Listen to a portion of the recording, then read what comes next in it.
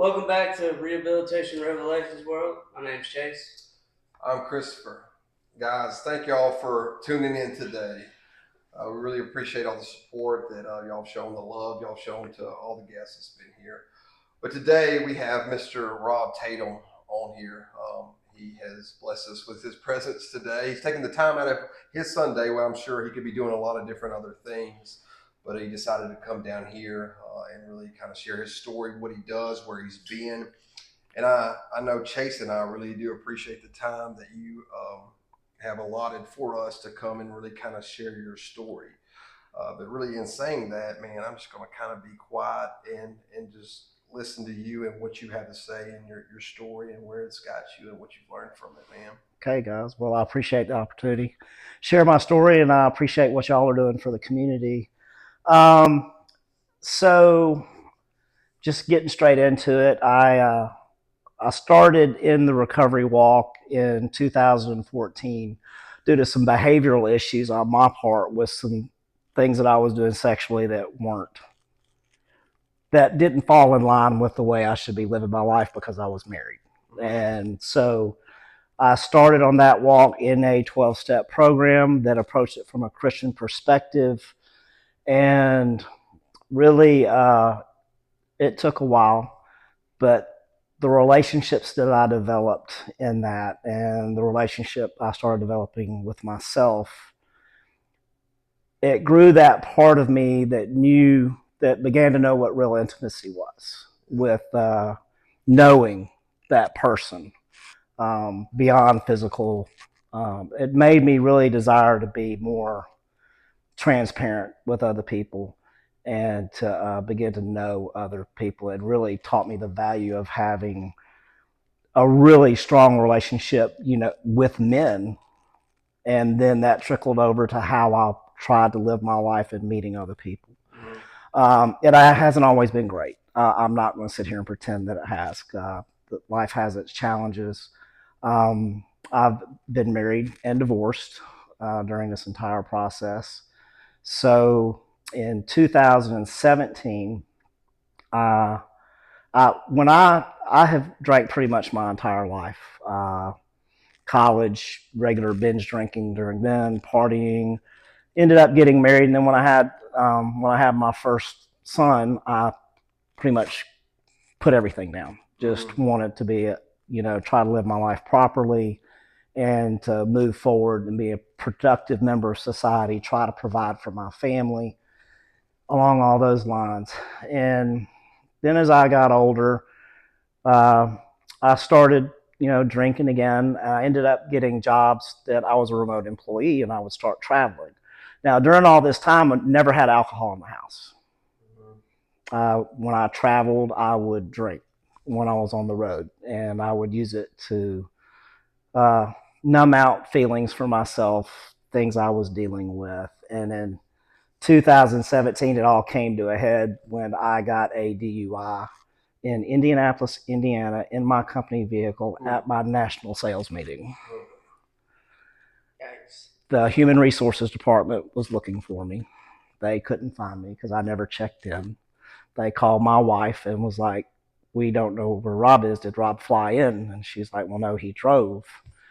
And what had happened was I just decided I was going to drink on the way up there, and it's a long drive. Yes. And let's just say that from the time that I got up there, when I was being processed, is when I started coming to my senses. So I didn't even know what had happened when I got pulled over, and thank God no one was hurt. Thank God I wasn't in a ditch. My family found out where I was when they filed missing persons. They go, "No, he's in jail. He's okay physically, but he's in jail." So when that happened, I started coming to. I noticed I was in the observation cell that was facing the station, the county sheriff's station, where they did all the office business and the guys were checking in. And I didn't get any sleep that night. I was just thinking about, well, my life has just exploded because there's zero tolerance policy for drinking and driving. So I knew what was going to happen. But fortunately for me, I was at a point to where I was at that 100% honesty point. I had already faced everything, all of my actions regarding my addiction issue with my behaviors, and I was being open and honest with all that. I hadn't been open and honest about my drinking, which was my issue, and so the arrest report was less than stellar.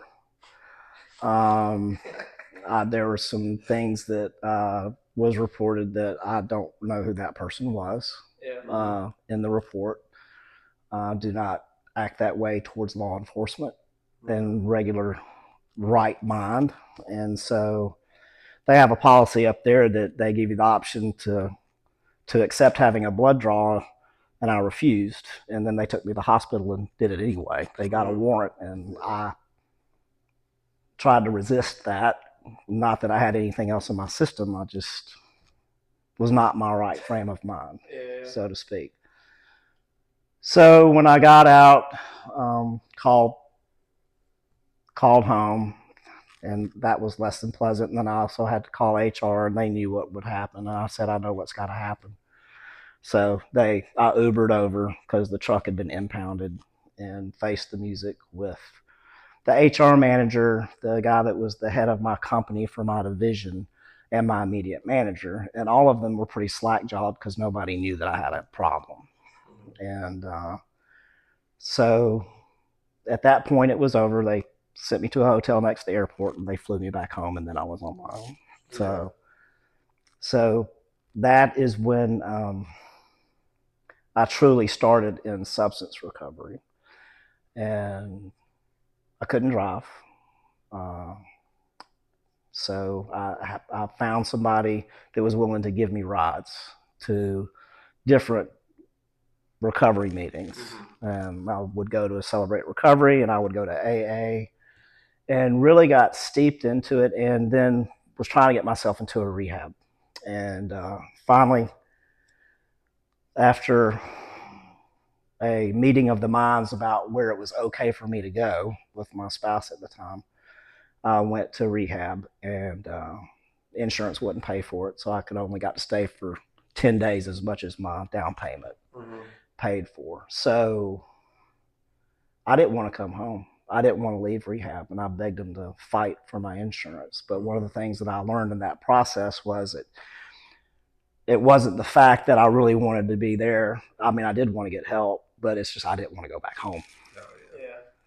So, but anyway, I went back, and that's when I really started going to the meetings and working the program and developing relationships with people and opening up, and 100% willing, 100% honest. I was 100% honest in the rehab center, and it was just so freeing that there was nothing for me to hide behind anymore. And I had to deal with my issues.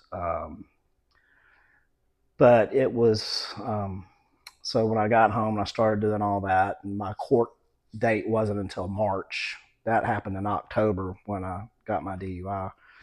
And so I went to court. I just pled guilty. I said, I'm not lying. I'm not fighting this. It's all my fault.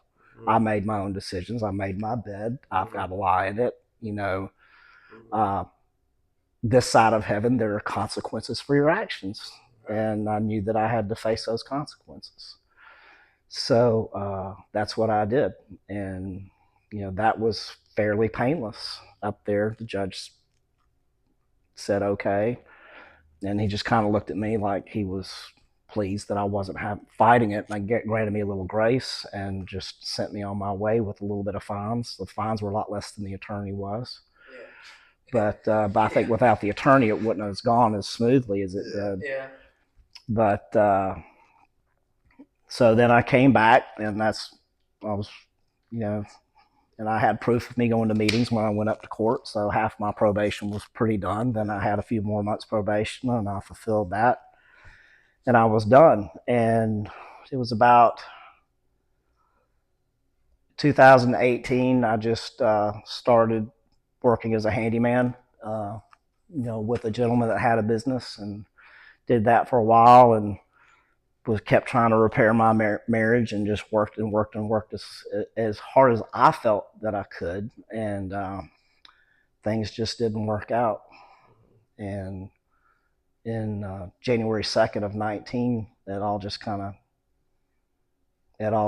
came to a head, and I just told my kids that it wasn't healthy. What was going on was not healthy for them. It wasn't healthy for their mother, and it wasn't healthy for me, whether they believed it or not. And just prayed for them and answered a couple of questions, and that was it as far as that part of my life. And then I moved out and ended up moving in with my mom, and stayed there for a while. And I had, about 2 years sobriety, and then I decided I don't have a problem. I'm okay. I can drink. And so I relapsed. But you know what? With people like me, you can drink normal until you can't. Right. Yeah. So just give me a little bit of depression, a little bit of hopelessness, and it's like I wasn't I didn't have the intestinal fortitude to put a gun in my mouth and keep it G rating, and I just used alcohol, and I didn't want to be awake. I didn't want to deal with life on life's terms. And I was in a relationship I shouldn't have been at that time. I didn't realize how bad it was until towards the end. And finally, when they left, my older son moved in with me because he was having some issues, and I'll just leave it at that because that's his story, not mine. Right. But I realized that I had to do something. So I put myself on a 90 and 90. I think I made about 115 to 117 meetings in 90 days. And I always kept $1 in my pocket because I said I had to have skin in the game. And I mean, that was December 26th of 2021. And that was the last day for me. So, but it was a miserable day. I mean, I drug myself into the rooms and stuck with it, and I've stuck with it to this day. But in that progress, I've just learned so much about myself that right now, it's just I just have a heart for the community, and I don't care what your brokenness is.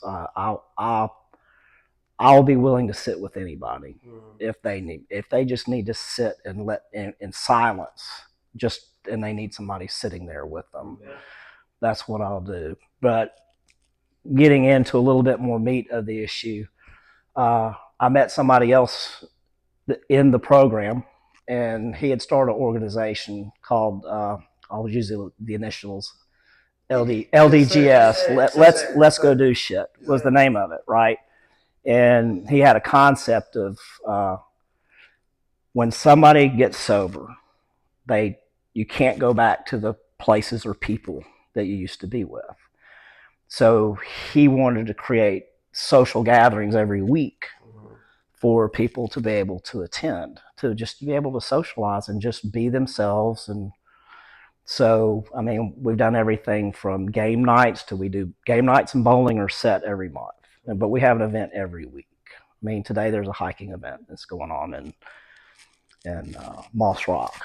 And so we do like big event days like Memorial Day and Labor Day. We have a cookout at Back Beach at Oak Mountain. We've had as many as 80 people for that. I mean, we generally have at least about 20 to 30 people for almost every event that we do at a minimum. But I was asked to help, I guess it was a few months ago. And so I've stepped in to that program. We're really working on making it a nonprofit now because we're all paying out of pocket for people that can't afford to do it themselves, that want to bowl, if they want to eat pizza, if they want to play paintball, because we do all kind of different events, and some of them cost money. But it's turned out to be a blessing for me, but just because it's just kind of, it's where my heart's at. And I also hold a position in my home group at AA there, and I really appreciate that, and that they trust me with that. But that's probably been the biggest thing for me, because I just feel like I wasn't trusted for so long, Right. just due to my behaviors, and that I have people now that trust me. I have people I can tell are having a hard time, and I'll say, "Do you want to go in the back room and talk for a minute?" And they're like, "Yes, please. I just need to say this out loud." Yeah. And that's just kind of where I'm at. And I've seen memes, and and it's just true. You want to be the person that you wish you had. Right. So for me, it's just like, unfortunately, growing up and even in adult life, I just never had anybody safe to talk to. And so finally I have an environment where it's safe, because anonymous means anonymous. Right. And that's the great thing about the rooms. You can have every walk of life in a room. You can have a doctor, you can have an attorney, you can have a federal law enforcement officer in there, and then you have the homeless dude. And you all have that common broken spot in your life. And in that room, we are all the same. Absolutely. That's the beauty of it, man. Yeah, I know. And then everybody might not even talk to each other outside those rooms, but you know each other, and everybody's a band of brothers and sisters when you're in the room. So that's kind of a down and dirty, testimonial about where I came from, my program. I'm thankful for sponsors that I've had. My current sponsor always says that words are important. Yeah. And words are important, and especially when they're speaking words over people, or people are speaking words over me. And it's just nice every now and then that you'll have somebody come up in a room and say something to you, and it's just something you don't expect. And it's because you're not talking to these people. All you're doing is sharing your story, and they'll go, "That helps so much," and I'll be, "What? Yeah. What helps so much?" Because I don't remember. I really don't remember when I share. Because it's just like I said, transparency is key for me, because it's like, that's how I work that's my 12th step for me, is if I talk to you guys like I'm talking to you, I'll talk to anybody else on the street, because I don't want there to be any questions. I don't want somebody to flip over a rock and go, "Hey, what about this?" Right. That's just like when I'm creating new relationships with people, and I just, all of a sudden, my past becomes their present. You learn who's in your group. You learn your tribe real quick. They can either handle it or they can't, and that's fine. Right. And it's nice to not use a substance, to not give a crap. Yeah. But recovery has given me the ability to not give a crap. Yeah. So it's just been very freeing for me to not care about what other people think about me, because that's their business. It's been very free for me to be able to speak like I'm speaking to you guys right now. In every meeting, every walk of life. I don't care who I talk to. I've got a couple of family members that are like, "Why do you have to do that? Why do you have to talk about that in front of other people?" And I go, "Well, that's what keeps me healthy. That's what keeps me accountable. That lets me know that I'm doing the right thing, because the minute I try to hide something, there's something wrong." Yeah. So, or either it's something I've got to deal with, that maybe it's just my thoughts on why I'm hiding it. There's nothing really wrong with it, but it's just, everybody comes from their own history. Everybody's got their own frame of reference on how they deal with something, how they answer something, why they feel a certain way about something, and none of us are the same. So it's given me a lot more freedom just to let people go. That people pleasing and all that crap, just like everybody says, "Well, who are the people you're trying to please? How's that going for you?" And then you got, well, who am I talking about? I don't have to live like that anymore.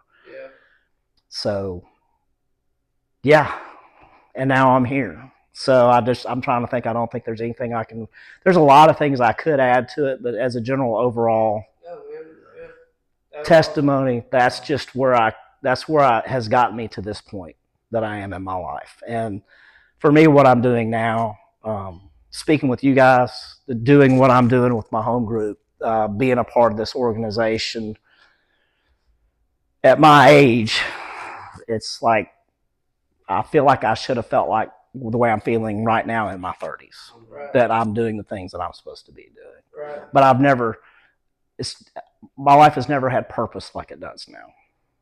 So, and I feel like my purpose is doing like what we're doing right now, Yeah. doing what I do in the meetings, doing what I do one on one, and doing what I'm doing, trying to create a better environment for people to have a healthy place, to be able to talk, have fun, speak their mind. Yeah. Just like-minded people. Yeah. Yeah. That's why we developed this in a program. We had the thought process, we had the idea, and so when we kind of got out, we came and we made it. Right. Just to have these hard conversations for Right. people to, you know, again, like you said, for people to come and listen. For people that think, oh, I can't say the things I want to say, but you can. So, I want to address this real quick. So, don't let shame keep you from sharing your story. I say this in a loving way, but you're not a snowflake. You're not the only one that's experienced what you've experienced. And talk to your sponsor. Work your 4th, 5th, 6th, and 7th steps all the way through 9. Get it out. It'll have no more control over you. That's the biggest. Yeah. I mean, shame is such a controlling factor. It really is. I mean, people think it's guilt, but it's not. No. You said something good. Go ahead. No, I'm just going to, just real quick, guilt is how you feel about something that you did. Yeah. Shame is how you feel about yourself as a person. Yeah. To get it out. Just talk about it. Find one person you can trust. And I know it's hard. It was hard for me, but once I got it out, it had no more control over me. Yeah. So I would not be able to share what I'm sharing right now. Absolutely. No, and you said that earlier. I was going to bring this up and ask you a question about it. Being transparent and honest, not only with yourself, but with other people. Right. And you said, flipping over a rock so somebody, don't have to say, oh, what about this? Right. To me, in my walk, I had to flip over all those rocks in my heart and in my mind to myself first. Right. Before I could, start expressing that to other people. Right. Because like you said, for me, I took all the power away from everything. You could not point to, Right. oh, what about this? Like, nah. Right. You cannot, that does not control me no more. Right.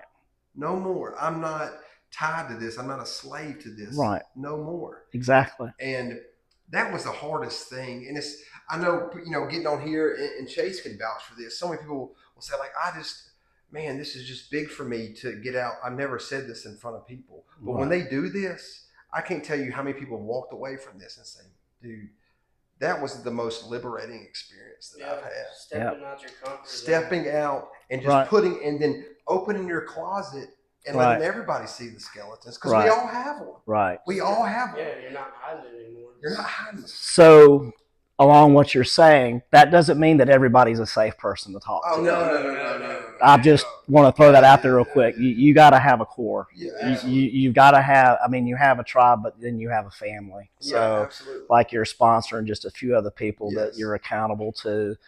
And generally, definitely people of the same sex, and definitely people that can understand the struggle. Right. Yeah. Because, I've had instances where, people abuse my anonymity in meetings. And, it's not that I didn't care that person knows.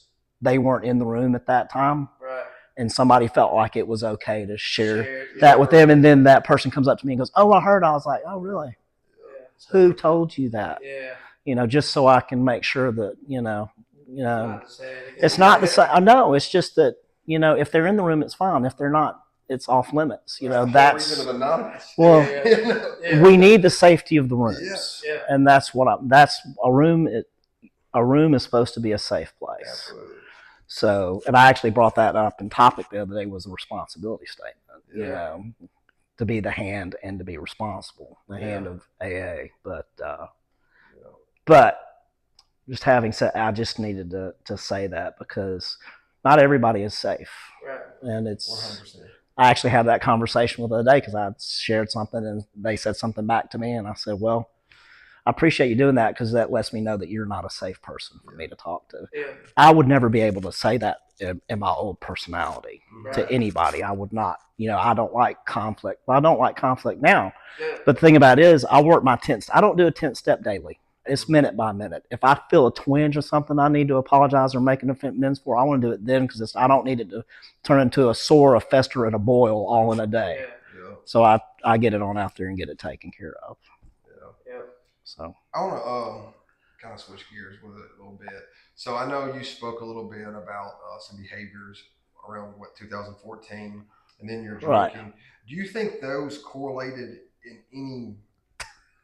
Of course. Of course. Yeah. But how did they correlate? What did looking back? Because hindsight's always 2020. Sure. I get it. But can you see now how those unresolved issues led into drinking? And Oh. feel comfortable? Can you share about that? Let's see if I can tie those strings together. Well, the behavior issues were ways of dealing with things that I felt like I wasn't receiving, but not in a proper manner. I was seeking out what you call false intimacy. Mm-hmm. I wasn't being my authentic self Yeah. to the people that I was talking to, and I was using affirmations as, feeding my ego. Mm-hmm. And so that was wrong. But then I guess as it got worse, I would use alcohol to help numb that too. But I mean, they go hand in hand. I mean, it's just, I have an addictive personality. I'm just, I'm very grateful my friends that have done other things or doing things to get healthy now. I'm grateful that I never tried those things, that I would have to get unaddicted from that as well. Because it's just all numbing, man. It's just not all facing the truth. It's not dealing with life on life's terms. It's not getting to the root cause. Mm-hmm. And I mean, I was in therapy for 3 years. Yeah. And my therapist for 3 years just kept trying to tell me it wasn't all my fault. And I was like, it is all my fault. Yeah. It is all my fault. Yeah. And just to be he gave me a lesson one day. He pulled out 2 aces. He had a whole deck of nothing but aces of spades. And he said, I want you to write boundaries on this card. And I wrote boundaries with a Sharpie. Then he gave me another one and said, I want you to write, it's not all my fault on this one. And he goes, what do you have? And I said, well, he goes, no. I said, well, I got 2 cards. He goes, no, Rob, what do you have? And I was like, well, I got 2 aces. He goes, Rob, what does 2 aces of spades make? And I go, what makes a pair? A pair of aces. He goes, exactly, a pair. Act like you got a pair and go address life. So I was like, okay, you're right. So I didn't see him for a long time, and I went back in, and this is after I started being more disciplined with myself, really getting into the program. I went in, and I was a lot more. I was pretty fit, and he came out to get me, and he didn't recognize me. Yeah. And then I went into his office, and we were talking, and he goes, well, how are things going? I said, well, I came to fire you because we have a lot in common, and you can't have a personal relationship with your therapist. And I was just like, he goes, what do you mean? And he goes, well, I've got community now, and that is better therapy than you. And I said, no offense. He goes, well, that's exactly how this is supposed to work. Yeah. You're supposed to get into community. He goes, I didn't recognize you in my office, and I don't recognize the person that's in front of me right now. Because I had taken accountability, but I knew that it wasn't all my fault. Yeah. Right. So. That's good. That's good. I want to, I kind of want to say with, how you said, like, with dealing with it with life, like, we just, as a joke, we talk about it, we're raw dogging life. Right. You know what I mean? So, like, just getting sober, have like you said. You don't have a choice. Right. If you're going to stay sober. There's no running from it. You face it head on. Right. There's no more excuse because you have none.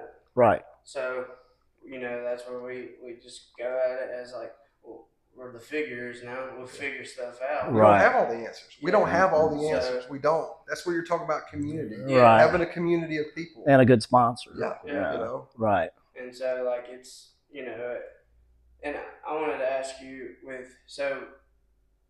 just to bring it back a little bit with your past, just so like when you would go out of town and you're drinking, Right. because I kind of feel it with you because I did the same thing. Is I so you went when you were driving? Was that your way of hiding the things? Yeah, I mean it was hiding. I Yeah, mean, yeah, I mean I didn't yeah, have it at home. The kids right. didn't know that I was Yeah. drinking. The ex did because she would call me sometimes and she'd be like, "You've been drinking?" I'll be like, "Yeah, I have." Or I'd be, "No, I Yeah, haven't," and yeah, lying, and she would call me out on it. yeah, And so, but towards the end, as I got more honest, anyway, I called her one night and she goes, "You've been drinking?" I said, "Yeah, I have." But I guess it was just starting to be that progression of me coming out of the behaviors because right. the honesty was really weighing on my heart because there was no way that my relationship was going to heal hiding anything. Yeah, So yeah, but yeah, yeah, yeah. That's I've learned that a lot, especially having you know, Chris is like my best friend. You know, he's like my brother. I call him. It's just like you said, not having you don't just talk to everybody, but having that, even if it's just one person, you know, like I can call him. We talk every day, right, and it's like I can say what I need to say, even having intrusive thoughts.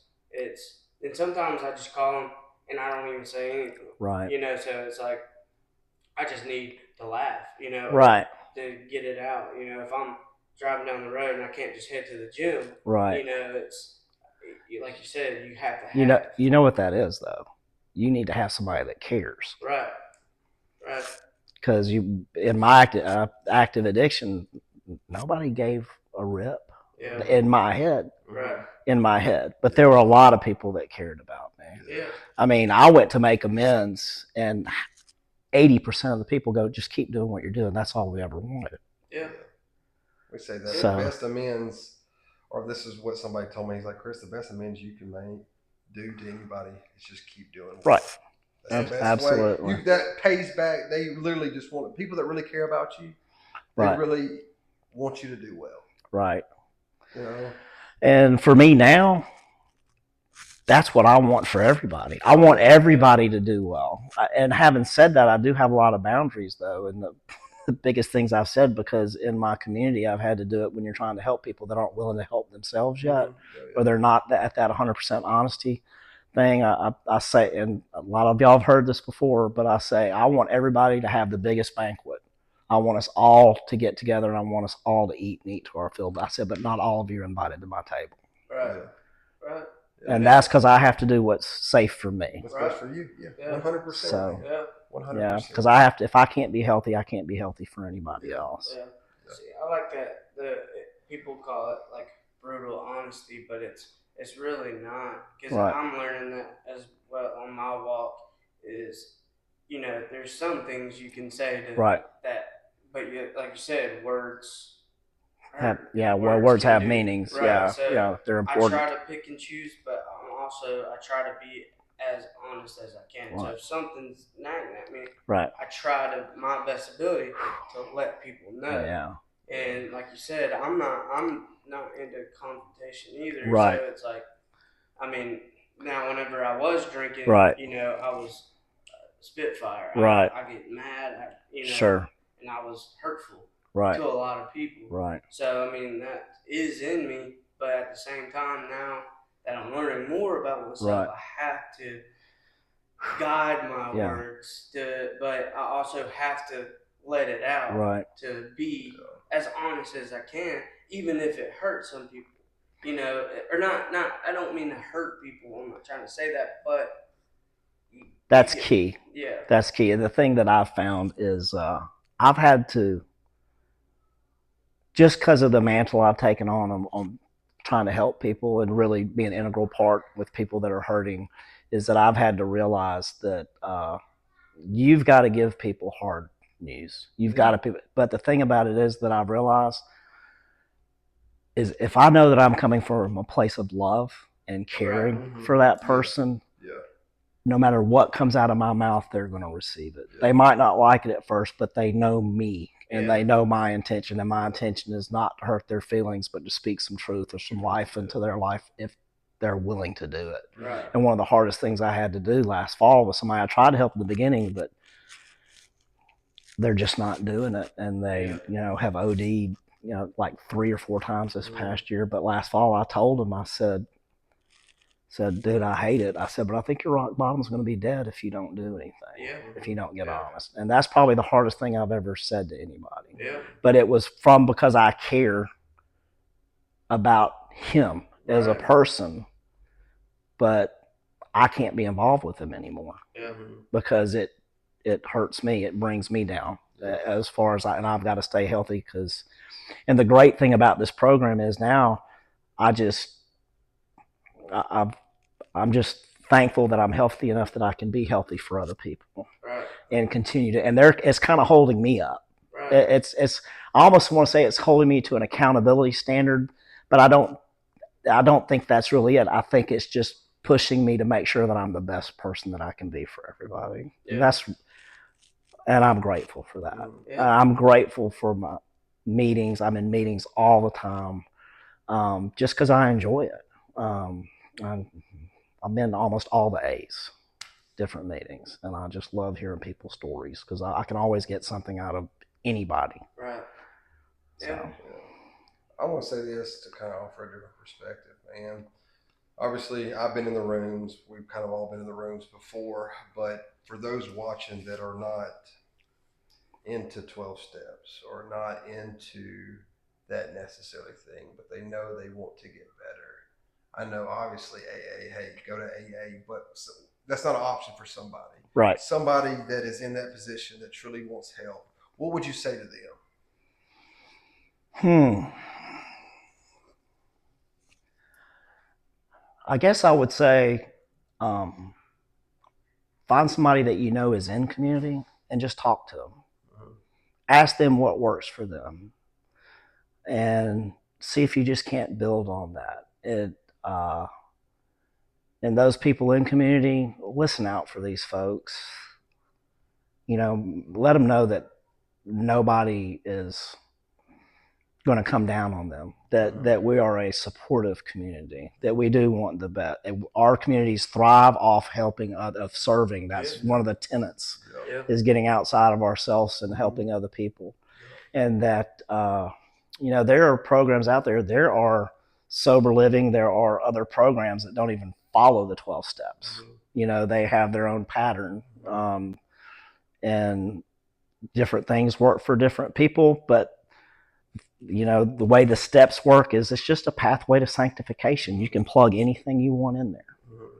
Behaviors, drugs, just anything. If you do it properly, you can really get a lot of help.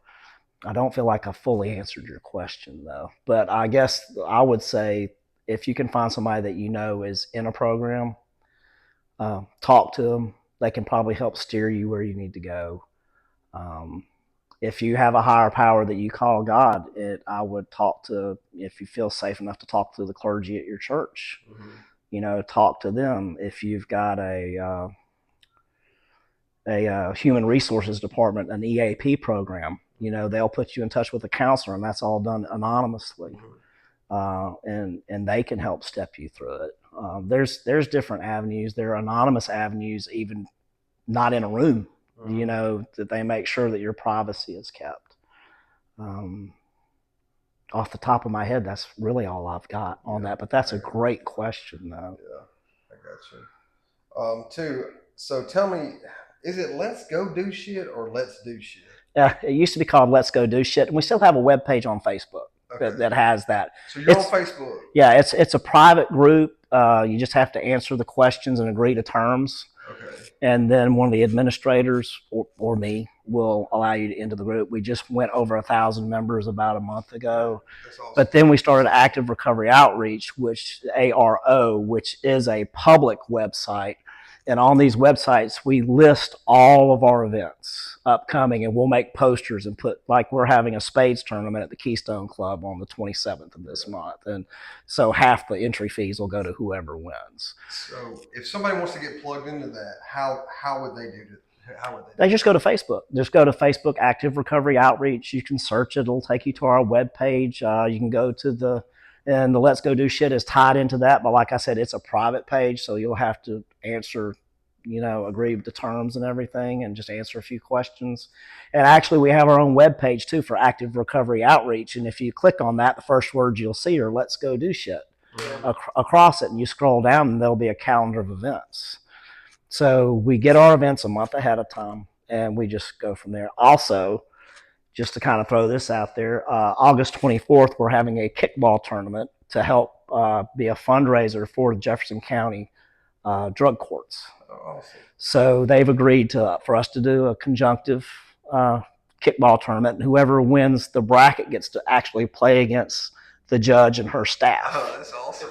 That's so, and we're inviting vendors to come set up tables, that type of thing for, sober livings or rehabilitation centers or just anything centered around recovery or health or mental health and stuff like that. But that's a big deal for us. The drug court system, anybody that's in the program that's going through drug court can come to any of our events and they get 5 hours community service. That's how. That's. Hey, I know some of y'all out there need that. Y'all need that, but Kickball. Yeah, kickball. We have bowling the second Friday of every month. We have a game night at the Birmingham Recovery Center the fourth Friday of every night. Anybody's welcome. It's very family oriented for the most part. We do have some events that maybe the paintball you might not want the younger ones involved with, but we've done everything from frisbee golf to hiking to all kinds of stuff. So I know you mentioned something about people donating or something. How would they donate? Well, that's no, we don't. But we're in the process of becoming a nonprofit, so it's not. I'm not trying to discourage people from not, giving anything, but I'm just telling them to wait till they can get the tax advantage of us being a nonprofit. Right. So that's in process, and it just takes a little while. Yeah. We've got and that'll be through Let's Go. That'll be through Active Recovery Outreach. Okay, so I know they're just. I got you. It's just more palatable to say Active Recovery Outreach, and that's kind of why we put that name out there. Just to, but yeah, because the drug court for Jefferson County is not going to say, "Hey, get in touch with Let's Go Do Shit." Active Recovery Outreach, but so it's. We welcome anybody, man. We want everybody to have a part. It is hard to find something. When you get sober, you have to stay away from the old places and the old people. Yeah, we talk about that all the time. Yeah, so this is an opportunity to stay away from the old places and the old people, meet new people, and have a social interaction.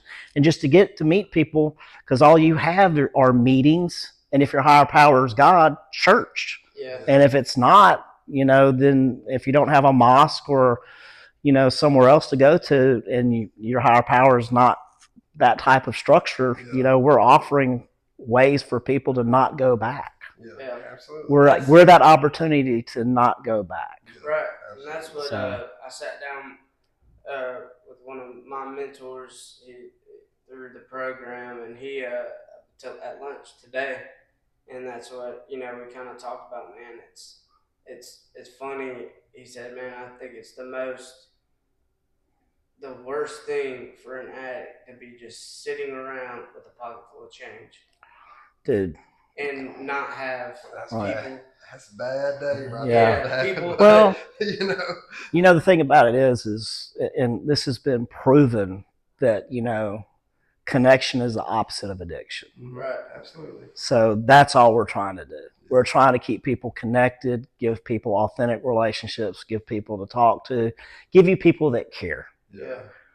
I mean, and you will not find a more caring group than people that are trying to get over an addiction. Yeah.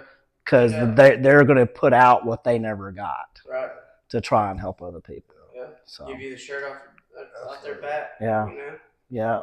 I was going to say this. I know, like, social interactions for me, especially early in recovery, was kind of, I felt so uncomfortable. Sure. But I promise you, just showing up to these places, man, you don't necessarily have to go up to people. You don't have to. Being there, people, I know, you see that. So you're gentle with that. You're introducing. It's not like you got to go just extrovert and start talking to everybody.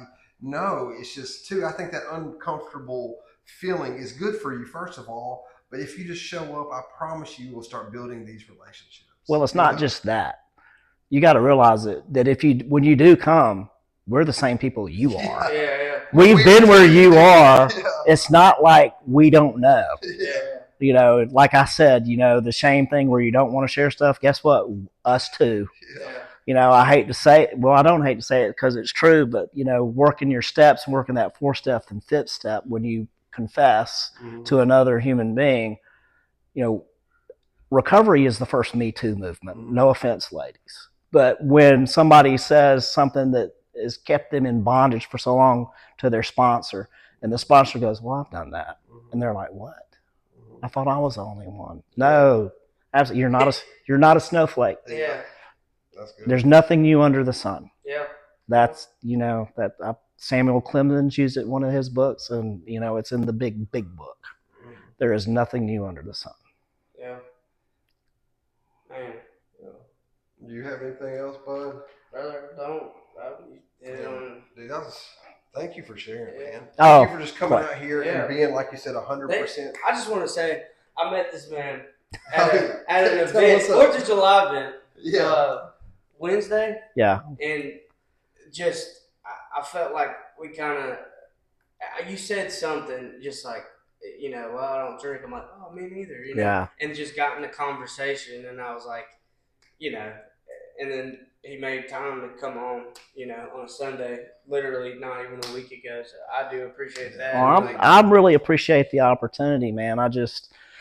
If what I say can help anybody, that's, it helps me to say it. Absolutely. So, and then it spills out, and if somebody else can grasp onto any part of that and go, yeah, I feel that way, or yeah, that can help me, or I want to try that, or I can relate, just anything. That's what this is about. Right. That's literally what this is about. Yeah, absolutely. We're all just sharing that same broken spot, just in different ways. This is our way of giving back. Right. Y'all have, and which is awesome, and because I've heard about let's go do shit like. Right. And so like meeting you and like right. stuff like that, I was like, whoa, so. Like my higher power, I do believe God, but we were meant to meet, right. that Wednesday night, just showing up. Right. My aunt knew your friend, and then we just conversated. And I was right. like, whoa, so to me, right there, it's just kind of, it's just cool. You never know who you're gonna run into, talk to.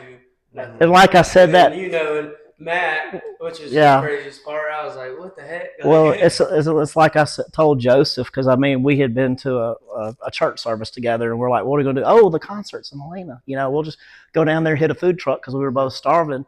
And after you and I separated, I said, if I came here for no other reason, that's why I was supposed to be here. Yeah, absolutely. No doubt. I literally did. I walked away with chills, bro. I was like, looked at my aunt and like her friends, I was like, what the heck? Like, yeah. You know what I mean? Like, what just happened? Yeah, absolutely. Which I think that's a cool, and like, man, well, I like it because that happens all the time now. Yeah. What just happened? Who was that? Yeah. That affected me. Yeah, man, for real. So. No, we appreciate it, man, so much. But like, we'll probably come join and hang out, man. Like, hey, y'all are more than welcome, man. The more the merrier. Absolutely. We thought about this setting up. I know the 31st we're doing this recovery walk up in Walker County. Okay. My cousin's speaking, and Nikki, a lady that's been on here before, she's putting it on. We're setting up a tent, and we're gonna do the same thing. Sure. Just as people, if they want to come on and share, whatever else like that. Do something like that. It's like spot check. Yeah, spot check. Hey, man, tell us your name. Right, do something like that to kind of get people involved, or just talking, with that. So I just think that the entire American system is getting so much more aware. I mean, it's already out there, but with the new generation that's coming up, we've all got our issues, but they're more aware of mental health and addiction issues than anybody else. And I know how hard it is to share it with older people. Oh yeah, no doubt. But you share it with younger people, like, oh yeah, I've seen it. I know. I get it. Yeah. Thanks for telling me. I appreciate you telling me. And I'm like, okay, well, good. Like I said, I've just got to be as authentic as I can. So that's all I want to do. Yeah, man. Well, show her off some love. Yeah. Show us go like, subscribe. Let's go do shit. Active Recovery Outreach. Check them out. Right. Plug in. Show our guys some love. We appreciate You're y'all. not We love alone. y'all. Yeah, You're you're not not alone, alone. man. Appreciate y'all. Peace.